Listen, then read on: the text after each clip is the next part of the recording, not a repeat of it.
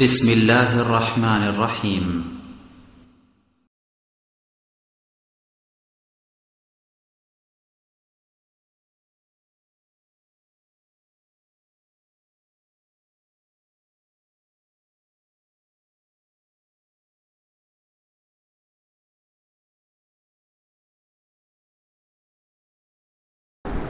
إن الحمد لله نحمده ونستعينه من يهده الله فلا مضل له ومن يضلل فلا هادي له وأشهد أن لا إله إلا الله وحده لا شريك له وأشهد أن محمدا عبده ورسوله أما بعد فأعوذ بالله من الشيطان الرجيم وقرن في بيوتكن ولا تبرجن تبرج الجاهلية الأولى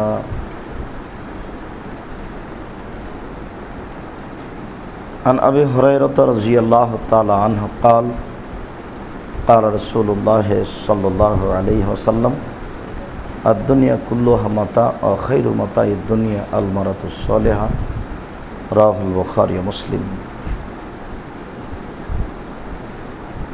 عن أنس رضي الله تعالى عنه قال قال رسول الله صلى الله عليه وسلم إن المرأة إذا صلت خمسها وصامت شهرها وأطاعت بالها وحسنت فرجها فلتدخل من أي باب من أبواب الجنة رواه أبو داود والنسائي والترمذي وابن মাজাহ বেসানাদিন সাহিহ।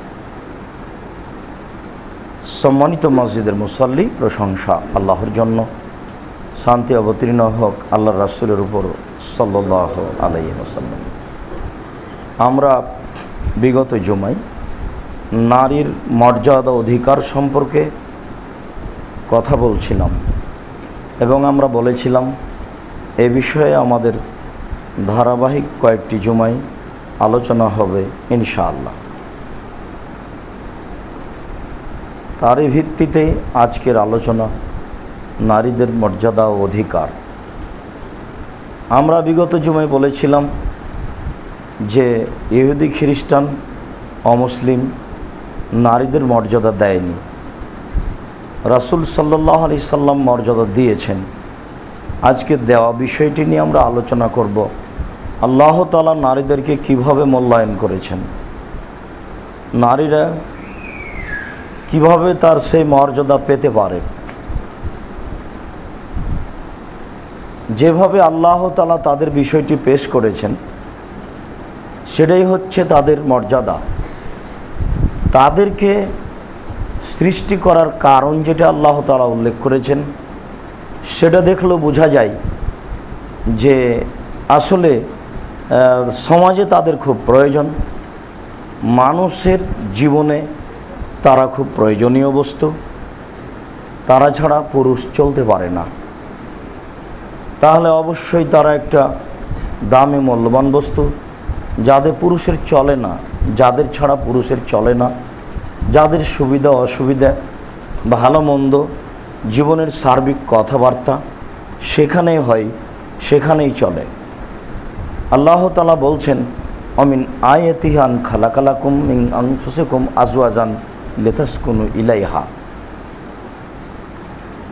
তোমাদের জন্য আল্লাহ তাআলার পক্ষ থেকে এটা একটা বড় নিদর্শন, বড় চিহ্ন, বড় আলামত যে তোমাদের মধ্য থেকেই তোমাদের স্ত্রীদেরকে আল্লাহ তাআলা সৃষ্টি করেছেন, তোমাদের মধ্য থেকেই করেছেন। কেন করেছেন? লিতাসকুনু ইলাইহা, তোমরা সেখানে যেন শান্তি তৃপ্তি পেতে পারো। কোনো মানুষের কাছে শান্তি তৃপ্তি পাবে, কোনো বিল্ডিংয়ের মাধ্যমে পাবে, কোনো অট্টালিকা রাস্তাঘাটের মাধ্যমে পাবে, কোনো বিদ্যার মাধ্যমে পাবে, এ কথা আল্লাহ তাআলা বলেননি।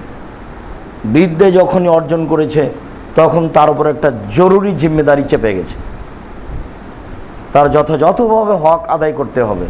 তখন সে সেটা নিয়ে বিপদে, কাজে সেটা তার শান্তির বস্তু নয়। যখন মানুষ ব্যবসা বাণিজ্যে লিপ্ত হয় তখন অনেক সমস্যার তাকে মুখোমুখি হতে হয়। তার টাকা পয়সা যতই বেশি হোক সেটা তার শান্তির মাধ্যম নয়, তার সেটা দুশ্চিন্তা এবং পরিকল্পনার মাধ্যম।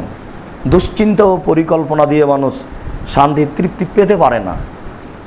আল্লাহ তাআলা বলছেন, আমি তোমাদের স্ত্রীদেরকে তোমাদের পক্ষ থেকে সৃষ্টি করেছি যেন তোমরা সেখানে শান্তি তৃপ্তি পেতে পারো। আল্লাহ নিজে বলছেন এটা। তাহলে আপনাকে বুঝে নিতে হবে যে মানুষের শান্তি তৃপ্তির বস্তু হচ্ছে নারী। আর কোথাও, আর কোনো জায়গায়, আর কোনো মাধ্যমে শান্তি তৃপ্তি আছে এই কথা ভাবলে তার বোকামি হবে এবং সে কোথাও এটা অর্জন করতে পারে না, এটা অসম্ভব। আর এই কথাটাকে আরো মজবুত করার জন্য আল্লাহ তাআলা নিজেই বলছেন, ওয়া জাআলা বাইনাকুম মাওয়াদ্দাতা রাহমা, আল্লাহ তোমাদের মাঝে, স্বামী স্ত্রীর মাঝে ভ্রাতৃত্ব ভালোবাসা চিরদিনের জন্য সৃষ্টি করে দিয়েছে। কোনো গণকের কাছে এই ভালোবাসা নিতে যেতে হবে না। আচরণ দিয়ে, ভদ্রতা দিয়ে, ব্যবহার দিয়ে, পরস্পরের আন্তরিকতা দিয়ে এটা বহাল রাখতে হবে। এটা কোনো পশু প্রায় জড়বস্তু নয় যে দুইটা পাথরকে এক জায়গাতে রেখে দিলাম কিয়ামত পর্যন্ত এক জায়গায় থেকে যাবে। যেহেতু দুটাই মানুষ, কাজেই তাদের কথাবার্তা আছে, চলাফেরা আছে, কমবেশ আছে, সবটাই পরস্পরকে মেনে নিয়ে আল্লাহ তাআলা যেটা বলেছেন সেটা বহাল রাখতে হবে। কেন? শান্তি ওখানেই আছে। আর পৃথিবীর সবচেয়ে দামি বস্তু তারাই, যেখানে শান্তি পাওয়া যায় সেটাই মানুষের জীবনে মূল্যায়নকর বস্তু। একথা আল্লাহ বলেছেন, আল্লাহর রাসূলও বলেছেন, যা আপনাকে আমি ধারাবাহিকভাবে বলবো ইনশাআল্লাহ। এটা কিভাবে বাস্তবায়ন হতে পারে, এর বাস্তবতা কিভাবে হতে পারে, যথাযথভাবে সেখানে যদি শান্তি তৃপ্তি পেতে চাই বা নারীও দিতে চাই তাহলে এটা কিভাবে সম্ভব? আল্লাহ তাআলা বলছেন, ওয়াকারনা ফি বুয়ুতিকুন্না ওয়ালা তাবাররাজনা তাবাররুজাল জাহিলিয়াতিল উলা। হে মুসলিম মহিলা, তোমরা বাড়িতে থাকো বন্যতার যুগে, বর্বরতার যুগে, অসভ্যতার যুগে নারীরা যেভাবে প্রদর্শনী দিয়ে রাস্তায় চলতো সেভাবে চলবা না। এটা আল্লাহর আদেশ। এটা হলে তার লক্ষ্য উদ্দেশ্যচ্যুত হবে, ওটা মায়ের খাবেই। এখানে দুইটা জিনিস উল্লেখ করা হয়েছে। এই শান্তির তৃপ্তি বাস্তবায়নের জন্য তাকে বাড়িতে থাকতে হবে। এই শান্তি তৃপ্তি বহাল রাখতে হলে তার প্রদর্শনী থেকে তাকে বিরত থাকতে হবে। এটা বাতিল করতে হবে উভয়কেই। আপনাকেও চিন্তা ভাবনা করতে হবে, তাকেও চিন্তা ভাবনা করতে হবে। এই দুইটা ছাড়া আগের আয়াত বাস্তবায়ন হওয়ার কোনো পথ নেই। এই দুইটা মাধ্যমে হতে পারে। এক, তাকে বাড়িতে থাকতে হবে। দুই, তাকে প্রদর্শনী বাতিল করতে হবে। এইভাবে চলা বাতিল করতে হবে। এইভাবে চললেই শয়তান সুযোগ পাবে, এ যাবে আর একজনের পিছনে, এও যাবে আর একজনের পিছনে। তখন শয়তান ধাওয়া করবে তার পিছনে, তখন যেটা লক্ষ্য উদ্দেশ্য সেটা আর টিকবে না। এই দুটো মাধ্যমেই এটা বহাল থাকতে পারে।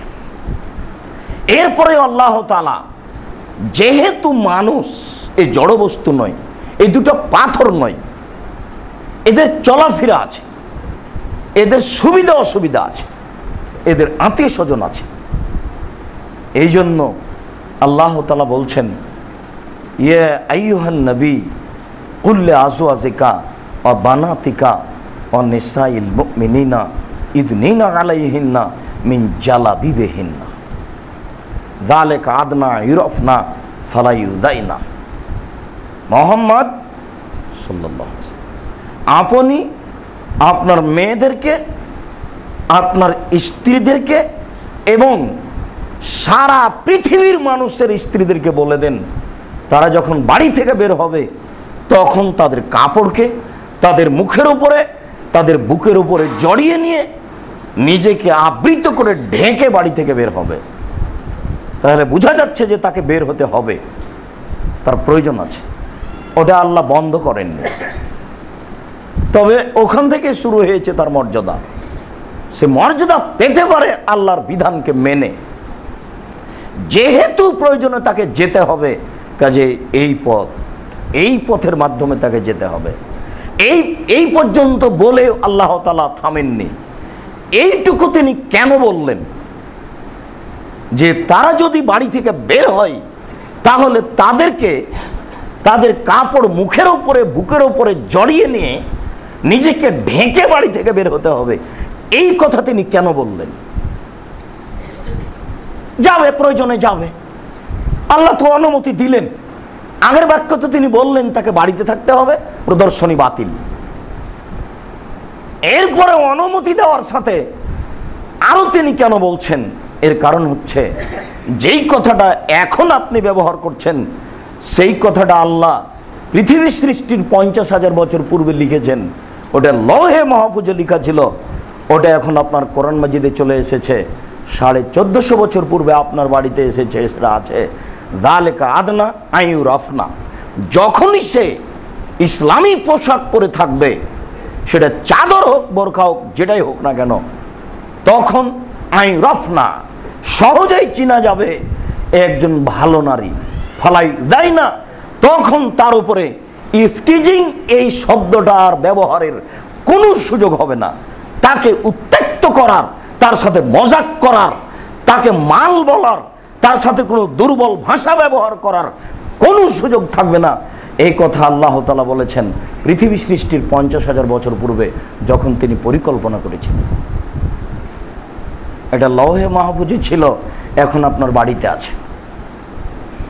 আপনি দেখুন আল্লাহ তাআলা বলেছেন যালিকা আদনা, সহজে, এতে সহজেই আইয়ুরাফনা চিনা যাবে যে এ একজন ভালো নারী। ফলাই দেয় না, তাকে কষ্ট দেওয়ার, তাকে উত্ত্যক্ত করার, তাকে কটু মন্তব্য বলার, তার ব্যাপারে কিছু ভাবার কোনো সুযোগ থাকবে না। আপনাকে আমি কি দিয়ে আল্লাহর বিধান বুঝাই? দুঃখিত, যদি আপনি মাঝে মধ্যে পড়তেন, চিন্তা ভাবনা করতেন, তাহলে অনেক সুবিধা হতো। কিন্তু জীবনটা চলে যাচ্ছে পশু প্রাণীর মতো। সবাই ভাবে টাকা নিয়ে, সবাই ভাবে ছেলে মেয়ে নিয়ে, কেউ ভাবে না নিজকে নিয়ে। যদি মানুষ নিজকে নিয়ে ভাবতো তাহলে নিজের পথ ঠিকই নিজে বাছাই করত, কিন্তু কেউ নিজেকে নিয়ে ভাবে না। সবাই ভাবে টাকা নিয়ে, সবাই ভাবে ছেলে মেয়ে নিয়ে। এই দুটোই তাদের হচ্ছে মূল বস্তু। তারা একেবারে টাকার পিছনে এবং ছেলে মেয়ের পিছনে হন্যে হয়ে লেগে পড়েছে, সব ভুলে গেছে। তারা ভাবতে চায় না। নিজের বিষয়টি ভাবলে আল্লাহ তাআলা যেটা বলেছেন সেটা ঠিকই সে ভোগ করত। সম্মানিত মসজিদের মুসল্লি, ঠিক আছে, তারা এই পোশাকে বের হবে যাতে করে তাদের উপরে কোনো প্রকার কটু মন্তব্যের সুযোগ হবে না। এরপরেও যদি তার কথা বলার প্রয়োজন হয় অন্য পুরুষের সাথে, রিক্সাওয়ালার সাথে, ডাক্তারের সাথে, অফিস আদালতে, তাহলে তখন আল্লাহ তাআলা বলছেন ওয়াইদা সাআলতুমুহুন্না মাতান ফাসআলুহুন্না মিন ওরায়ে হিজাব যালিকুম আতহারু লিকুলুবিকুম ওয়া কুলুবিহিন্না। পৃথিবীর মানুষ, তোমরা যদি নারীদের কিছু বলতে চাও, তারা যদি তোমাদের সাথে প্রয়োজনীয় কোনো কথা বলতে চায়, তাহলে অন্তরাল থেকে বলো। হয় দেওয়ালের অন্তরাল, না হয় পোশাকের অন্তরাল। ও পুরোপুরি নগ্ন হয়ে আছে, পরনে কাপড়ই নাই, আর ও বলছে যে আমার মন ভালো আছে। কত বড় শয়তানি কথা তার! বিষ খাচ্ছে আর বলছে আমি নিয়ত করেছি শরবত খাচ্ছি, ওর অন্তর ভালো আছে। বলছে ও বোরকা পরে আর অন্যায় করে, ও কি ভালো? আমি ভালো। আরে বেহায়া, তুই কি করে ভালো? আশ্চর্য! তোমার চোখ দেখলে পাপ হয়, তোমার চুল দেখলে পাপ হয়, তোমার পা দেখলে পাপ হয়, তোমার শরীর দেখলে পাপ হয়। তোমার লজ্জা হয় না? অশিক্ষিত মেয়ে, তুমি নিজেকে কি করে ভালো ভালো বলো যে আমি ভালো? তার চেয়ে তোমার বিদ্যা নেই, তোমার বুদ্ধি নেই, তোমার বোধগম্য নেই, তোমার হিতাহিত জ্ঞান নেই।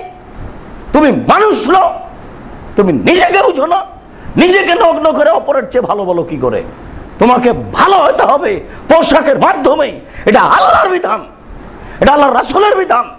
তুমি আল্লাহর বিধান কপি উপেক্ষা করে তুমি নিজেকে বলো আমি ভালো, এটা অসম্ভব, হতে পারে না।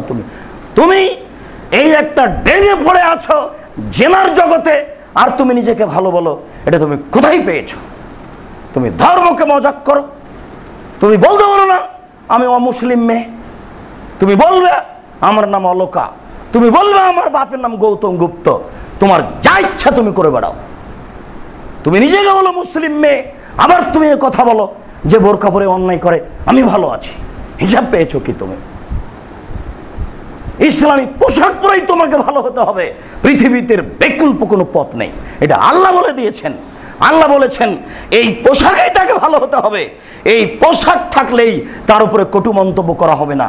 তুমি আল্লাহর বিধানকে উপেক্ষা করে নিজেকে মাথাব্বরি দেখাচ্ছ।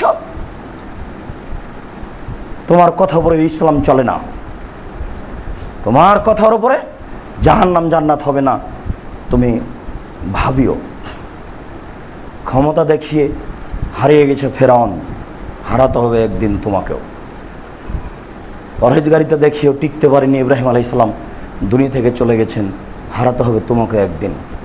পৃথিবী কারো স্থায়ী বসবাসের জায়গা নয়। অতএব বিবেচনা করে চলো, এটাই তোমার জন্য ভালো হবে। নিজের বিবেচনা অন্যের কাঁধের উপরে চাপিয়ে দিও না, পরকাল হারাবে নিশ্চিত। সম্মানিত মসজিদের মুসাল্লি, একজন নারীর জীবনে অনেক সমস্যার সম্মুখীন হতে হবে তাকে। সে রাস্তাঘাটে চলবে কি করে, হাটে বাজারে যাবে কি করে? কথা বললেই আপনার কষ্ট হয়। আপনি তো আপনার মেয়েকে লন্ডন পাঠিয়ে দিয়েছেন, ঢাকা বিশ্ববিদ্যালয়ে পড়ে, আপনি রাজশাহী চাঁপাইনবাবগঞ্জে থাকেন। দুই চোখের সামনে মেয়েকে রেখে রক্ষা করা যায় না। সে একাই বছর বছর থাকে, সে নিজেকে রক্ষা করবে কি করে? এই হিসাব আপনি কি করে করলেন?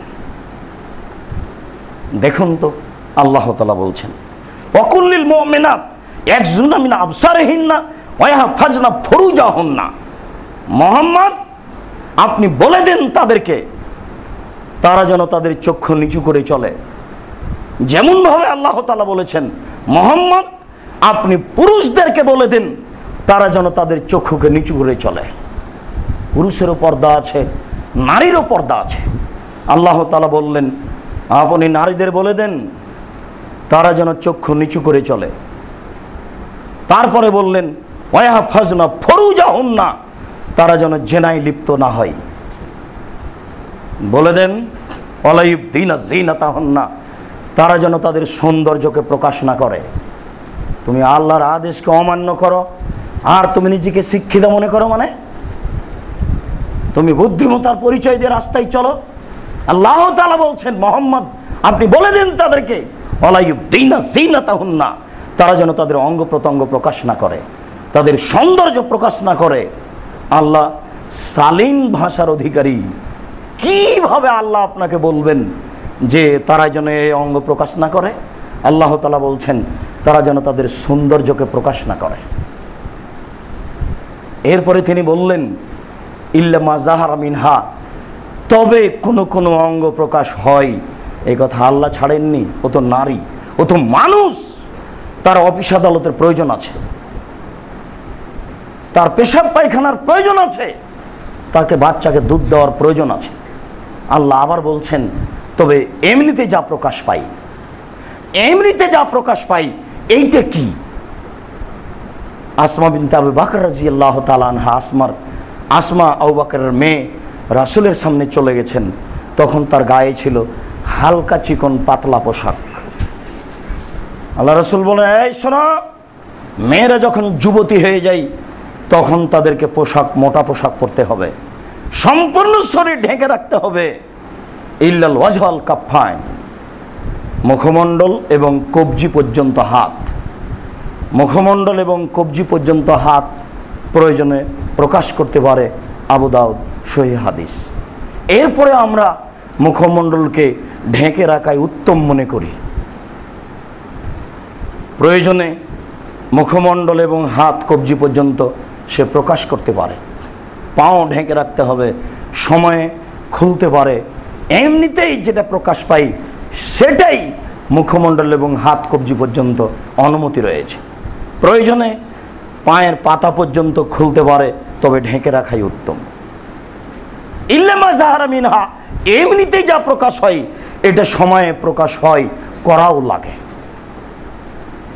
এরপরে আল্লাহ তাআলা বলছেন আবার অল এযরিবনা বিখুমুরিহিন্না আলা জৈবিহিন্না, তারা যেন অতিরিক্ত একটা পোশাক মুখের এবং বুকের উপরে দিয়ে নেয়, এটা আল্লাহর আদেশ। আগে আপনার মা চাচি রাস্তা থেকে রাস্তায় বের হতো, আপনার মনে পড়ে কি? যখন আপনার ফুফুর সাথে আপনি আসছিলেন, তখন সামনে একটা লোক পড়েছিল, আপনার ফুফু তখন রাস্তার এক পাশে দাঁড়িয়েছিল, মনে পড়ে আপনার? আপনার ফুফুর গায়ে ছিল একটা 10 হাত আর 5 হাতের চাদর, এদিক 10 হাত ওই দিক 5 হাত, এটা গায়ে চাদর ছিল, হয়তোবা সেই চাদরের কথা আপনার মনে আছে। তারা স্বাভাবিকভাবে এরকম পোশাকে চলাই শরীয়ত মনে করত, যদিচ তাদের কাছে শিরকের অভাব ছিল না। শিরক ছিল, তবে আপনারা বড় শিরকে ডুবে আছে। মহান আল্লাহ বলেন তারা অতিরিক্ত একটা চাদর মুখের উপরে এবং বুকের উপরে দিয়ে নিবে, তাহলে বোঝা যাচ্ছে যে এই অঙ্গগুলি তাদের বিশেষ অঙ্গ। এটা ঢাকার ব্যাপারে তাদেরকে আরো জোরালো প্রস্তুতি নিতে হবে এবং সর্বদা প্রস্তুত থাকতে হবে। এই কথা বলার পরে আল্লাহ তাআলা আরো বলছেন থামেননি, ইল্লালি বউলাতিহিন্না, তবে স্বামীর সামনে লাগবে না। আবায়ে বউলাতিহিন্না, শ্বশুরের সামনে লাগবে না। আবনায়েহিন্না, ছেলের সামনে লাগবে না। আবনায়ে বউলাতিহিন্না, স্বামীর অন্য ঘরের ছেলের সাথে লাগবে না। স্বামীর আরো 2-1 স্ত্রী আছেন, ছিল, তাদের পক্ষ থেকে যেসব ছেলে আছে তাদের সামনে এগুলো ঢাকা পর্দা করা লাগবে না। ইখওয়ানিহিন্না, ভাইয়ের সামনে পর্দা করা লাগবে না। আওবানি ইখওয়ানিহিন্না, ভাইয়ের ছেলের সামনে পর্দা করা লাগবে না। আওবানি আখওয়াতিহিন্না, বোনের ছেলের সামনে পর্দা করা লাগবে না। আও নিসাইহিন্না, স্বাভাবিক যেসব মহিলারা থাকে চলে তাদের সামনে পর্দা করা লাগবে না, তবে বিউটি পার্লারে খোলা ঢোকা যাবে না, এবং এরকম বেহায়া লজ্জাহীনা নাগলো ল্যাংটা মহিলার সামনেও পর্দা করতে হবে, তাদের সামনে খোলা আসা যাবে না। এই আয়াত দিয়ে আল্লাহ তাআলা সবকে অনুমতি দেননি, যা অন্যান্য বিবরণে বোঝা যায়। তাদের থেকেও আপনাকে, আপনার স্ত্রীকে, আপনার পরিবারকে সতর্ক থাকতে হবে। আওমা মালাকাত আইমানুহুন্না, যারা বাড়ির দাসী কাজ করে, যাদেরকে কিনা বাড়িতে রাখা হয়েছে, এখন এই দাসীর প্রথা নেই, তখন ছিল, তাদের সামনে পর্দা করা লাগবে না। আবি তাবেইনা গায়রে উলিল ইরবাতি মিনার রিজাল, অচল অথর্ব বুড়ো মানুষ, যারা নারী সম্পর্কে পরিকল্পনা হারিয়ে ফেলেছে, তাদের সামনে পর্দা করা লাগবে না। আবি তিফলিল্লাযিনা লাম ইয়াজহারু আলা আওরাতিন নিসায়ে, ওই সব বাচ্চার সামনে পর্দা করা লাগবে না যারা নারীদের অঙ্গ প্রত্যঙ্গ নিয়ে ভাবতে পারে না, বুঝে না, তাদের সামনে পর্দা করা লাগবে না। দেখেন আল্লাহ তাআলা সিরিয়াল বিবরণ দিচ্ছেন কোরআন মাজিদে। তারা পৃথিবীতে চলবে, তাদের এইসব লোকগুলির প্রয়োজন রয়েছে। তার দুলাভাই যাচ্ছে, ওর স্বামী মারা গেছে, তো বোনের সাথে দুলাভাইয়ের সাথে হজ করতে চলে গেছে। আমার বোন যাচ্ছে, ওদিকে ধর্ম নিজের মতো। এইসব লোক ছাড়া তার হজই ফরজ হয়নি, এটা বুঝতে চায় না। এদেশে থেকে থেকে ধর্ম নিজের মতো করে নিয়েছে। দেখেন এইসব লোকগুলি তার চলার জীবনে সহযোগী। কত মানুষ আছে তার চলার জীবনে সহযোগী, এবং এদের সামনে তার বিধান ওইরকম কড়া কঠোর নয়। সে এদের সামনে স্বাভাবিকভাবে থাকবে, খোলাখুলিভাবে থাকবে। সম্মানিত মসজিদের মুসল্লি, যাদের বয়স বেশি হয়ে গেছে তাদের এই নিয়ম মানা লাগবে না। আল্লাহ তাআলা বলেন, অল কাওয়াইদু মিনান নিসাইল্লাতি লা ইয়ারজুনা নিকাহা ফালাইসা জুনাহা ইয়াদানা সিয়াবাহুন্না, যাদের বয়স বেশি হয়ে গেছে, যারা বিবাহের স্বাদ রাখে না, তাদের মাথায় কাপড় দেওয়া জরুরি নয়। এই আয়াতের সরাসরি উল্টা বাস্তব। দেখেন ও 60 বছরের মহিলা বোরকা পরে আছে, তার সাথে 2টা মেয়ে আছে, তারা কাপড় পরেই নেই। সাথে ওর বাপও আছে, মাথায় টুপি আছে, 3 চিল্লে দিয়েছে। মানে বাস্তবের সাথে একেবারে মিল নাই। যেহেতু শরীয়তে এখানে শয়তান লেগে আছে, কাজে তাকে উল্টা চলতে হবে, এ কথাই ঠিক। ও খালি থাক, ওই মহিলা এমনিতেই থাক, আল্লাহ বলছেন। আর মেয়ে 2টা বোরকা পরে থাকবে, এটা আল্লাহ বলছেন। এরপরে আল্লাহ তাআলা বলছেন গায়রা মুতাবাররিজাতিন বিজিনা। এই কথার অর্থ এই নয় যে আল্লাহ তাআলা তাকে নগ্ন হয়ে চলার অনুমতি দিয়ে দিলেন, সে এখন প্রদর্শনী দিয়ে চলবে। 60 বছরের 77 বছরের মহিলা, আল্লাহ এটা নাকচ করলেন। হ্যাঁ, তার জন্য পর্দার বিষয়টি জটিল নয়, তবে এ কথার অর্থ এই নয় যে 70 বছরের মহিলা প্রদর্শনী দিয়ে চলবে, এটা আল্লাহ নাকচ করলেন। তিনি বললেন ওয়াস্তাফিফনা খায়রুল লাহুন্না। এরপরেও যদি সে নিজেকে সংবরণশীল করে রাখে, বাড়িতে আটকে রাখে, তাহলে তার জন্য এটা উত্তম। তবে আল্লাহ এখানে তার উপরে কঠোরতা কিছু আরোপ করেননি। সম্মানিত মসজিদের মুসল্লি, আপনাকে আমি দেখাচ্ছিলাম আল্লাহ তাআলা তাদেরকে মর্যাদা কিভাবে দিয়েছেন এবং তারা কিভাবে তাদের মর্যাদা রক্ষা করতে পারে। আবু হুরায়রা রাদিয়াল্লাহু তাআলা আনহু বলেন, রাসূল সাল্লাল্লাহু আলাইহি ওয়াসাল্লাম বলেছেন তাদের মর্যাদা, আর দুনিয়া কুল্লুহা মাতা ও খায়রু মাতাই দুনিয়াল মারাতু সলেহা। সারা পৃথিবী সম্পদ, সবচেয়ে দামি সম্পদ হচ্ছে ভালো নারী, পর্দাশীলা নারী, পরহেজগার নারী, ধর্ম মেনে চলে যারা। বুখারী মুসলিম। দেখেন তাদের মর্যাদার কথা কিভাবে উল্লেখ হচ্ছে।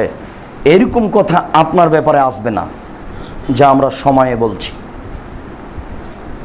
রাসূল সাল্লাল্লাহু আলাইহি ওয়াসাল্লাম সারা পৃথিবীকে সম্পদ বলে উল্লেখ করলেন, আর তিনি বললেন সবচেয়ে দামি উত্তম সম্পদ হচ্ছে ভালো নারী। রাসূল সাল্লাল্লাহু আলাইহি সাল্লাম বললেন, আলা উখবিরুকুম বিকানজিন মা ইয়াকনুজুল মারউস সালেহ। আমি কি তোমাদের বলে দিব না সঞ্চিত সম্পদের কথা, যেই সম্পদে যাকাত লাগে না, ভালো প্রস্তাব সঞ্চয় করে রাখে। আমি কি তোমাদের বলে দিব না সঞ্চিত সম্পদের কথা, যেই সম্পদে যাকাত লাগে না, ভালো মানুষ তা সঞ্চয় করে রাখে। আমি কি তোমাদের বলে দিব না সঞ্চিত সম্পদের কথা, যেই সম্পদ মানুষ সঞ্চয় করে রাখে, তাতে যাকাত লাগে না। সাহাবীগণ এই কথা বললে আল্লাহ রাসূল, সাহাবীগণ বললেন, কালুবালা, হ্যাঁ বলেন। আল্লাহ রাসূল বলেন, সেটাই তো আমরা জানতে চাচ্ছি, সেটা কি? সঞ্চিত সম্পদ, তার যাকাত লাগে না, সেটা কি? তখন আল্লাহ রাসূল বললেন, আল মারআতু এজা নাজারা ইলাইহা সাররাতহু। ওই মহিলা স্বামীর সাথে কথা বললে হাসি মুখে বলে। ওয়াজা আমারাহা আতাআতহু, স্বামী আদেশ করলে পালন করে। ওয়াজা গাবা আনহা হাফেজাতহু, যখন স্বামী বাড়িতে থাকে না তখন সে নিজেকে কন্ট্রোলে হেফাজতে রাখে, সে নিজেকে সমাজে বিলিয়ে দেয় না, কারোর সাথে এরকমভাবে অপ্রয়োজনীয়ভাবে কথা বলে না, সে হলো সঞ্চিত সম্পদ। শেষের বাক্যটি আপনাকে মূল্যায়ন করতে হবে, তাহলেই ওই নারী নিজের সম্মান রক্ষা করতে পারে। অপরের সাথে জড়িয়ে পড়ে সে নিজের সম্মান রক্ষা করতে পারে না। মূলত জরুরি বাক্য হচ্ছে এই, যখন তার স্বামী বাড়িতে থাকে না তখন সে নিজেকে অন্যের সাথে চলার ব্যাপারে নিজেকে বিলিয়ে দেয় না, কারোর সাথে জড়িয়ে পড়ে না, সে নিজেকে হেফাজতে কন্ট্রোলে রাখে। একজন পুরুষ আয়েশা রাদিয়াল্লাহু তাআলা আনহার বাড়িতে ঢুকতে চেয়েছেন। একজন পুরুষ বলছে, শোনো, আমি তোমার দুধ চাচা, আমাকে বাড়িতে প্রবেশের অনুমতি দাও। তখন উনি বলছেন, বুঝলাম না, মহিলা আমাকে দুধ পান করালো, দুধ চাচি হতে পারে, আপনি পুরুষ তো দুধ পান করাননি, আপনি আমার দুধ চাচা হলেন কি করে? এটা আমি বুঝতে পারি না, আপনার ভিতরে ঢোকার অনুমতি নেই। চলে গেলেন। আল্লাহ রাসূল বাড়িতে আসলে আয়েশা বলছেন ঘটনা এই। তখন আল্লাহ রাসূল বলছেন, না, ঠিক বলেছে, ও তোমার দুধ চাচা, দুধের মাধ্যম পুরুষ, অতএব সে বাড়িতে আসবে, এ কথাই ঠিক। আয়েশা রাদিয়াল্লাহু তাআলা তার নিজস্ব বিবরণ দিচ্ছেন। সম্মানিত মসজিদের মুসল্লি, আমরা বিষয়টি ভাবি। আল্লাহ আমাদের তৌফিক দান করুক। আল্লাহুম্মা আমিন। আল্লাহুম্মা সাল্লি আলাইহি। আলহামদুলিল্লাহি ওয়াহদা ওয়াসসালাতু ওয়াসসালামু আলা মান লা নাবিয়্যা বাদা। সম্মানিত মসজিদের মুসাল্লি, আমরা বলছি আল্লাহ তাআলা নারীদের মর্যাদা দিয়েছেন, তাদের সম্মান দিয়েছেন। অনেক জায়গায় দেখা যাচ্ছে তাদের মর্যাদা সম্মান অনেক বেশি।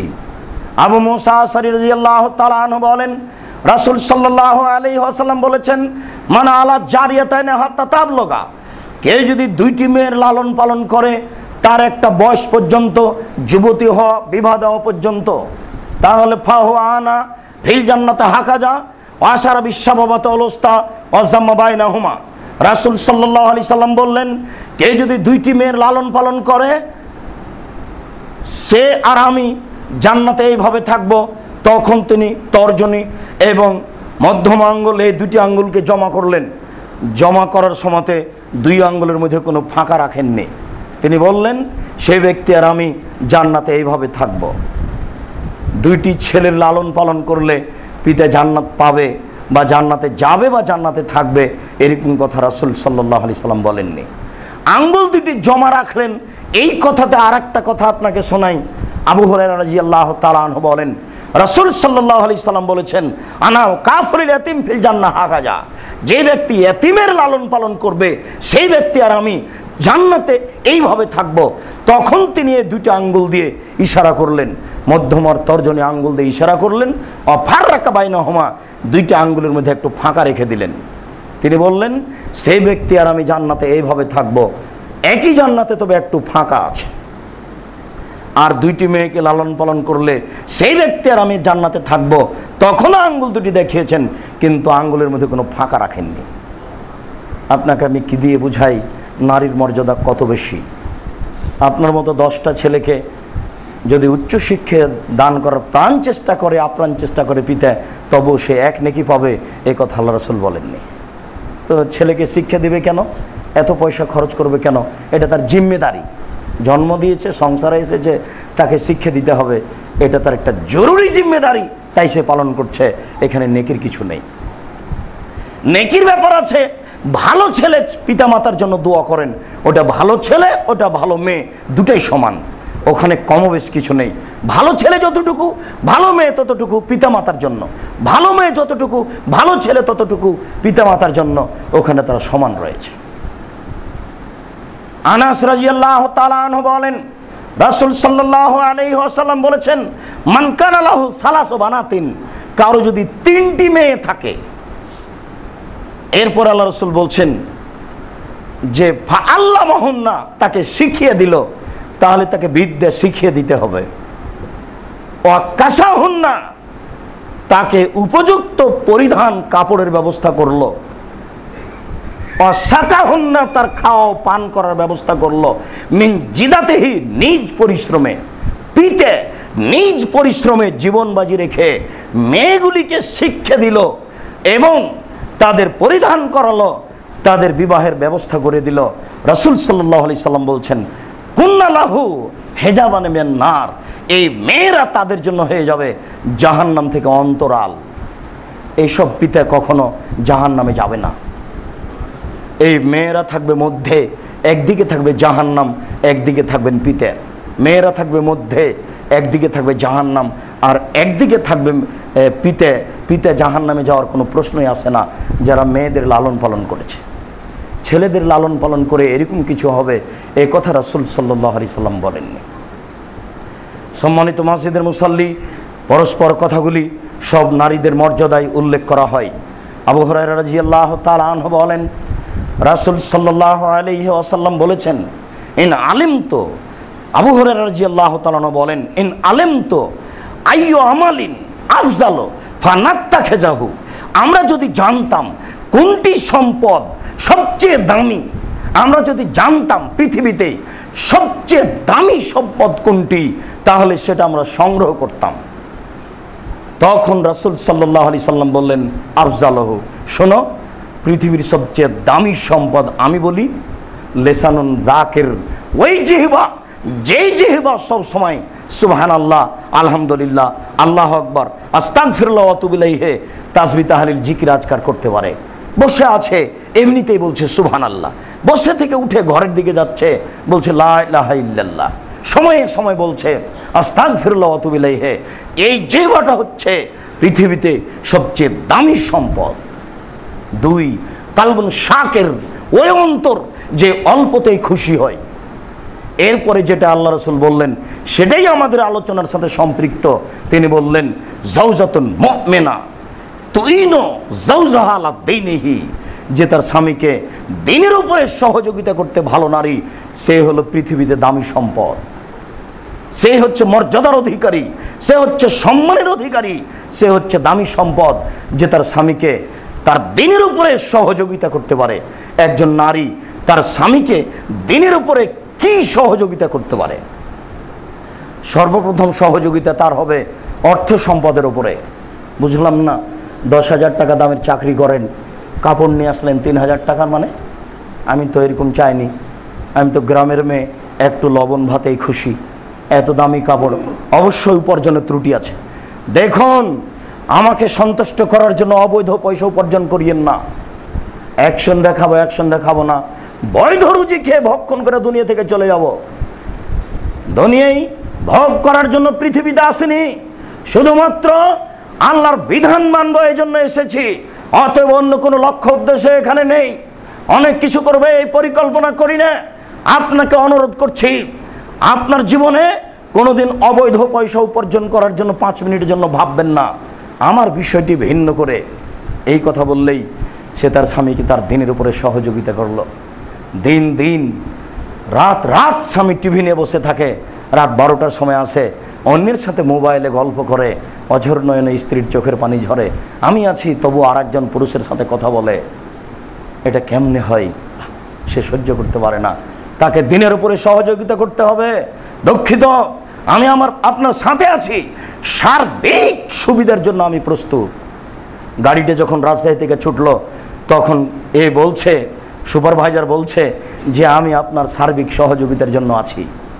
সে আপনার গাইড, ব্যাগটা কোথায়, লাঠিটা কোথায়, জুতা স্যান্ডেল কোথায়, টিকিটটা কোথায়, সব সহযোগিতা করতে পারে। ওই হেল্পার, ওই কন্ট্রাক্টর আপনার স্ত্রী, আপনার পূর্ণ সহযোগে আপনার জীবনের জন্য। আল্লাহ বলেছেন আপনি কেন এইভাবে ভুল পথে চলছেন, আমি প্রস্তুত রয়েছি আপনার সেবার জন্য। আপনি এইভাবে কোথাও কথা বলিয়েন না, এইভাবে রাত্রি কোথাও কাটায়েন না। আমি চাই যে আপনি এশার সালাতের পরপরই বাড়িতে ঢুকবেন। কি করা লাগবে বলেন আপনি, আপনার সব কিছু করার জন্য আমি প্রস্তুত। এই প্রতিভা, এই ক্ষমতা, এই গতি, এই নীতি তার ভিতরে আল্লাহ দিয়েই তাকে সৃষ্টি করেছেন। আপনার ভুলের কারণে সে সব কিছু হারিয়ে ফেলেছে। আপনি তার সাথে দুর্বলভাবে আসলেন কেন? দুর্বলভাবে আসার কারণে সে ধীরে ধীরে সব হারিয়ে ফেলেছে। আপনি তাকে বসিয়ে রেখে আরেকজনের সাথে মোবাইলে কথা বলেন কেন? যার কারণে তার মনটা খারাপ হয়ে গেছে। আপনার উপরে সার্বিক সুবিধা সে নিজে থেকে উঠিয়ে নিয়েছে, আপনাকে ভালোবাসতে পারে না। সম্মানিত মসজিদের মুসাল্লি, রাসূল সাল্লাল্লাহু আলাইহি ওয়াসাল্লাম বললেন ইন্নাল মারাতা ইজা সাল্লাত খামসাহা ওয়া সামাত শাহরাহা ওয়া তাত বালাহা ওয়া হাসানাত ফারজাহা ফালতাদখুল মিনানে বাবিল আবওয়াজ শাহ। একজন মহিলা যদি 4টা কাজ করতে পারে, তাহলে জান্নাতের যে কোনো দরজা দিয়ে সে প্রবেশ করার সুযোগ পাবে। এরকম সুযোগ কিন্তু কোনো পুরুষের জন্য নেই। তার মধ্যে আপনি তার সাথে একজন আছেন। আল্লাহ রাসূল বলছেন, কোনো মহিলা যদি 5 ওয়াক্ত সালাত আদায় করতে পারে, 2 রমজান মাসে সিয়াম পালন করতে পারে, 3 স্বামীকে মান্য করতে পারে, 4 জেনায় যদি লিপ্ত না হয়, তাহলে জান্নাতের যে কোনো দরজা দিয়ে ঢোকার তার সুযোগ আছে। 8টা দরজাই তার জন্য খোলা। এরকম কোনো কথা আপনার জন্য হবে না। এটা নারীদের ভিন্ন মর্যাদা, এটা তাদের পার্সোনাল অধিকার, পার্সোনাল মর্যাদা। এটা আল্লাহ তাআলা তাদেরকে দিয়েছে। এই জন্য মুসলিম বোন, আমি আপনাদেরকে বলি, ওই কথাটি উল্লেখ করে ইব্রাহিম আলাইহিস সালামের স্ত্রী সারার কথাটি আপনার সামনে আমি বারবার পেশ করি। সারাকে বলছেন ইব্রাহিম আলাইহিস সালাম, সারা যাও, স্বৈরাচারী শাসক তোমাকে ডেকে পাঠিয়েছে, তোমাকে আমি রক্ষা করতে পারলাম না। এবার সারা স্বৈরাচারী শাসকের ঘরে প্রবেশ করেছেন। ওই সময়তে সারা পৃথিবীতে সবচেয়ে সুন্দরী নারী ছিলেন সারা। বুখারী মুসলিমের হাদিসে এসেছে যে পৃথিবীর মাটিতে তার চেয়ে কোনো সুন্দরী মহিলা ওই সময়তে ছিল না। যখনই তার ঘরে প্রবেশ করেছেন, তখনই স্বৈরাচারক শাসক উঠে হাত বাড়িয়েছে তাকে ধরার জন্য। হাত বাড়ানোর সাথে সাথেই তিনি বলছেন, থামেন, আগে ওযু হবে, 2 রাকাত সালাত হবে, তারপরে কোনো কথা। সারা ওযু করলেন, 2 রাকাত সালাত আদায় করলেন। 2 রাকাত সালাত আদায় করার পরে তিনি বলছেন, আল্লাহুম্মা, হে আল্লাহ, ইন কুনতা তাআলাম, তুমি যদি জেনে থাকো, আমানতু বিকা ওয়া রাসূলিকা, আমি তোমাকে বিশ্বাস করি, তোমার নবী ইব্রাহিমকে বিশ্বাস করি, আমি তোমাকে আল্লাহ বলে মেনে নিয়েছি। তোমার নবী আমার স্বামী, এই কথা আমি বলিনি, আমি বলছি ইব্রাহিম নবী, এই কথা আমি মেনে নিয়েছি। আরেকটা কথা আমার শুনুন, আহসানতু ফারজি লিল্লা যাওজি, আমার লজ্জা স্থানকে জিন্দেগিতে আমার স্বামী ছাড়া কাউকে কোনোদিন ব্যবহার করতে দিইনি। আমার জীবনে আমি 3টা কাজ আপনার সামনে পেশ করছি, যা করেছি। আমি তোমাকে আল্লাহ বলে মেনে নিয়েছি, আমি তোমার নবী ইব্রাহিমকে নবী বলে মেনে নিয়েছি, আমার জিন্দেগিতে কোনোদিন আমি জেনায় লিপ্ত হইনি, আমার স্বামী ছাড়া আমার লজ্জা স্থানকে কাউকে ব্যবহার করতে দিইনি। এই কথা যদি সত্যই সত্য হয়ে থাকে, ফালা তুসাল্লি তালাল কাফেরা, তাহলে তুমি ওই কাফেরকে আমার উপরে জয় করো না, ও যেন আমার গায়ে হাত লাগাতে না পারে। বলা শেষ হয়নি, হাতে হাতে উল্টে পড়ে গেছে অজ্ঞান হয়ে। আপনি কি বলবেন?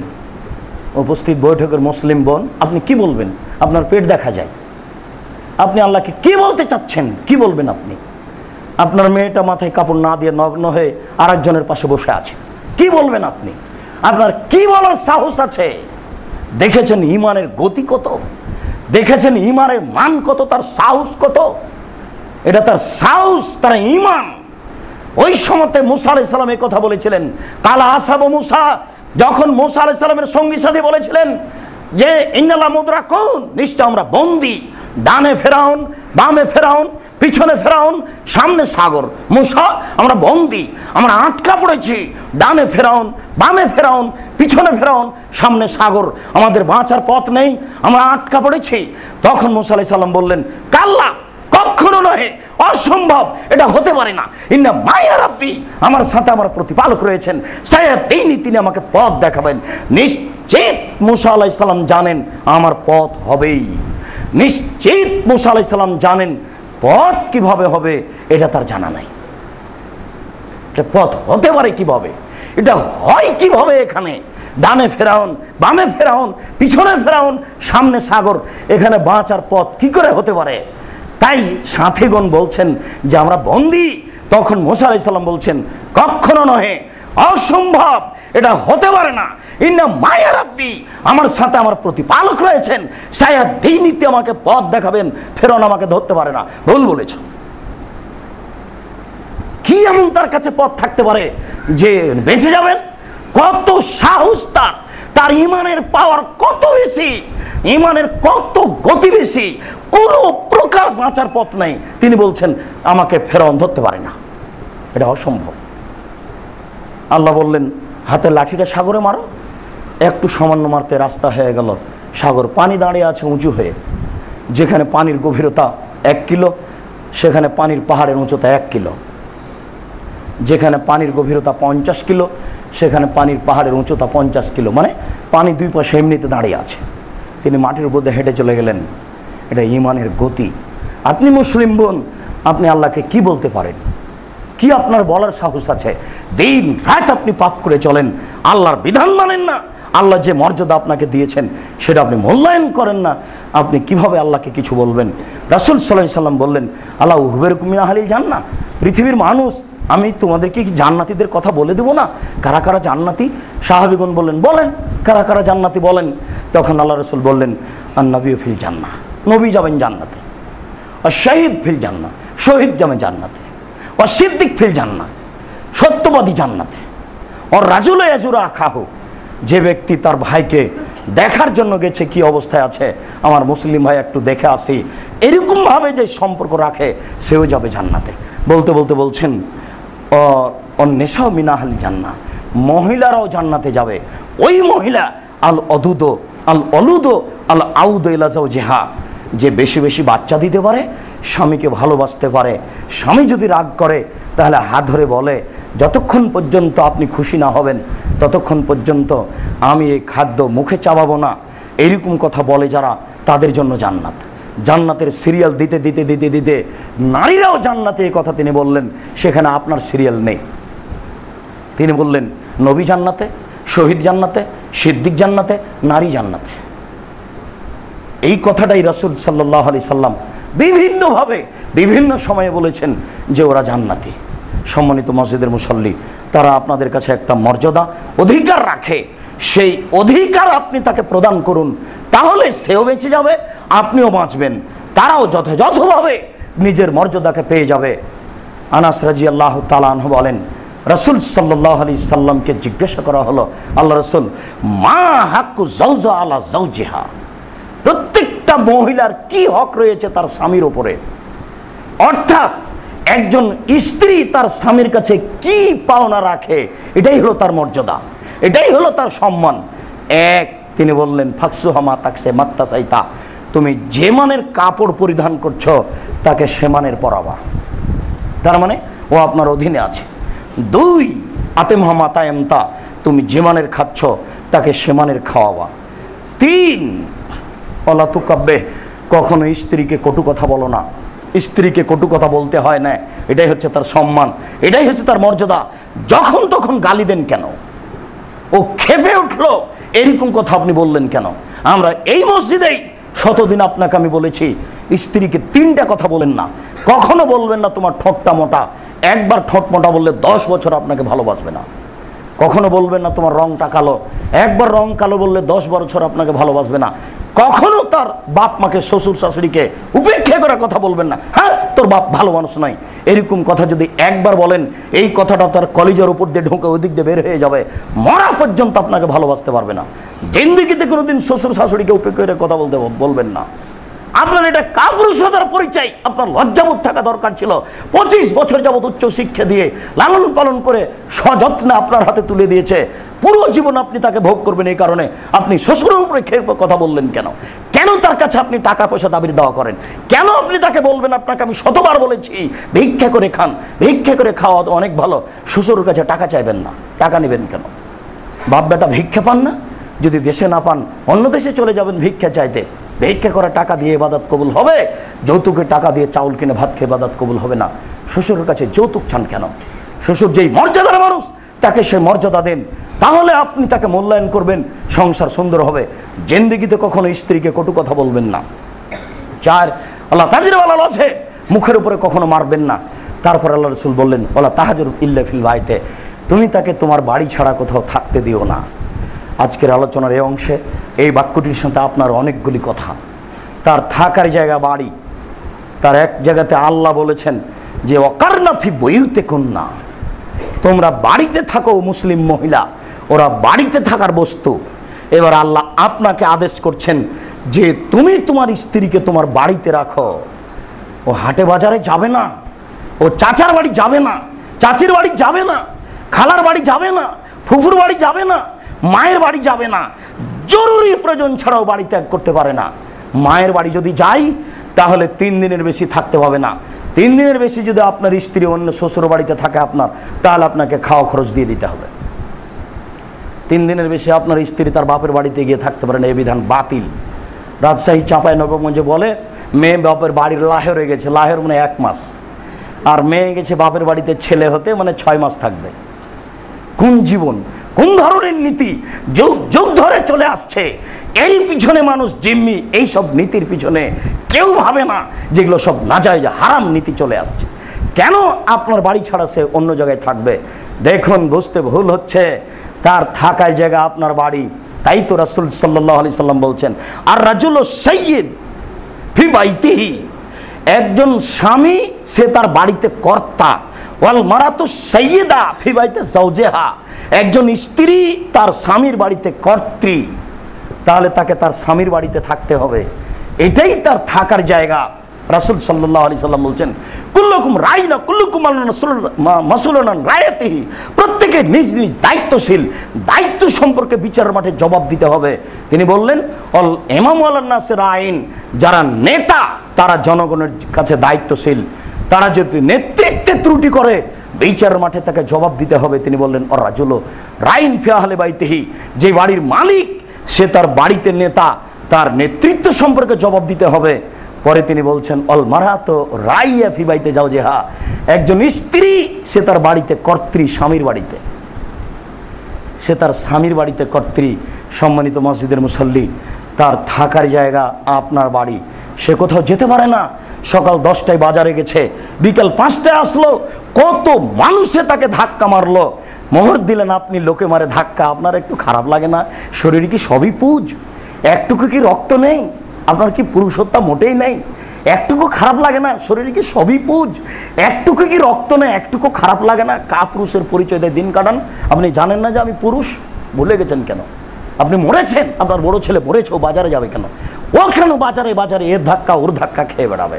নিজের শরীর জনগণকে দেখিয়ে বেড়াবে? ও তো বুঝতে পারে না, তার তো বাপ মা তাকে শিক্ষা দেয়নি।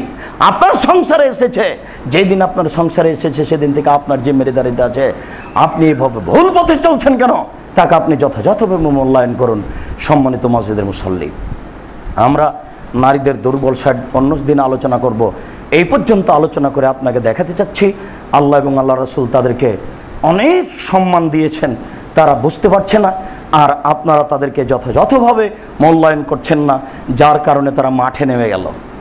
তারা কেন বাপ মাকে ছেড়ে এসে গার্মেন্টসে দিন কাটাচ্ছে?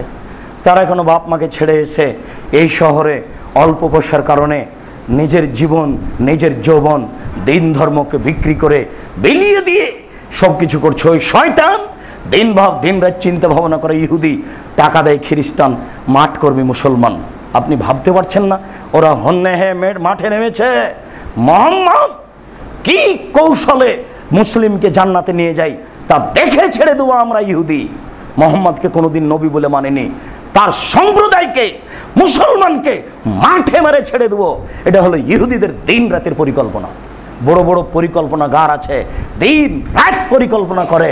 খ্রিস্টান বলেছে পরিকল্পনা করেন, যা টাকা লাগবে দিব।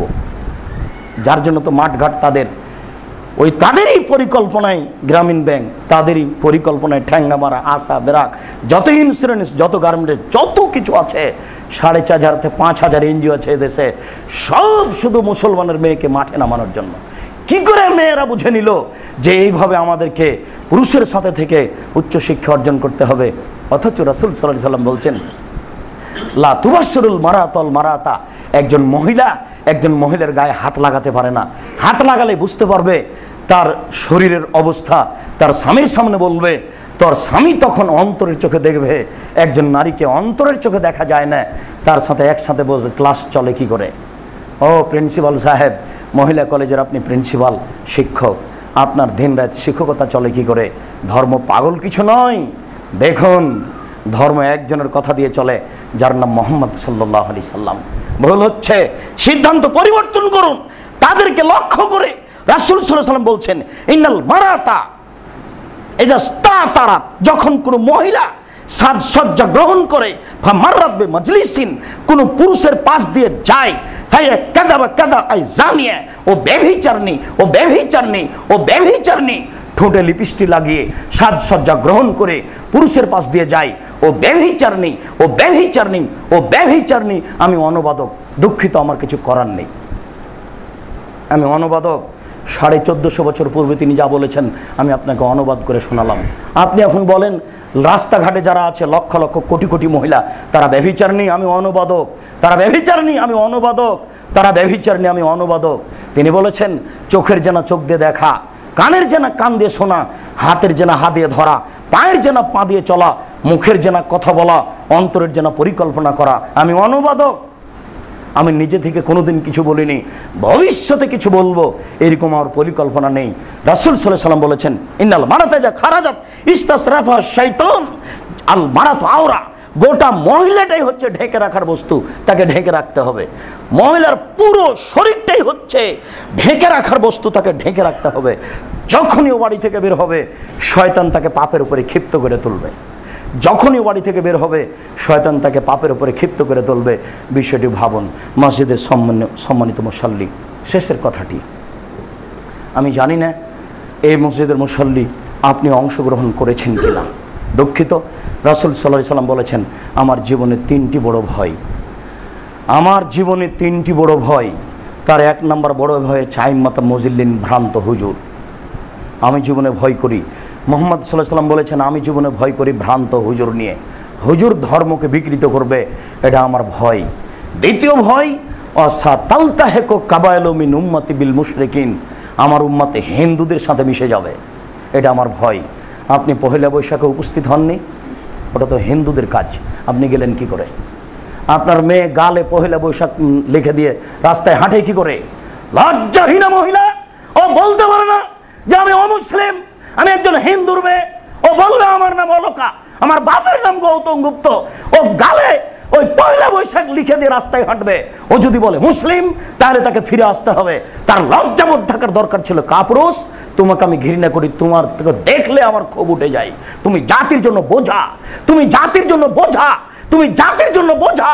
তুমি জাতির কি করতে পারো, তুমি দেশের কি করতে পারো, তোমার কি ক্ষমতা আছে? তুমি তো একটা বোঝা, তুমি একটা আগাছা, তুমি একটা ঘৃণিত পুরুষ। তোমার বিদ্যাকে কবর দিতে এসেছি। তুমি পহেলা বৈশাখ দিয়ে কি দেখাতে চেয়েছো? তোমার বোন নগ্ন হয়ে রাস্তায় ঘুরে বেড়াচ্ছে, সেই পয়লা বৈশাখকে লক্ষ্য করে 3000 টাকা কেজি ইলিশ তোমাকে কিনতে হবে কেন? তুমি জানো না আমি মুসলিম? মুহাম্মদ সাল্লাল্লাহু আলাইহি ওয়াসাল্লাম কাদেম আল মদিনা, মদিনায় আসলেন, দেখলেন মদিনার লোকেরা এল আবুনা, তারা 2টা দিনে খেলাধুলা করে। লাহুম ইয়াওমানে ইয়ালাবুনা ফিহা, 2 দিনে খেলাধুলা করে। আল্লাহ রাসূল বলছেন মা হাজানিল ইয়াওমানে, এই 2টা দিন কি, এতে খেলাধুলা করো, এটা কি? তখন বলছে কুলনা লানা ফিল জাহেলিয়া, এই 2 দিনে জাহেলিয়াতের যুগ থেকে আমরা খেলাধুলা করে আসি, আনন্দ ফুর্তি করি।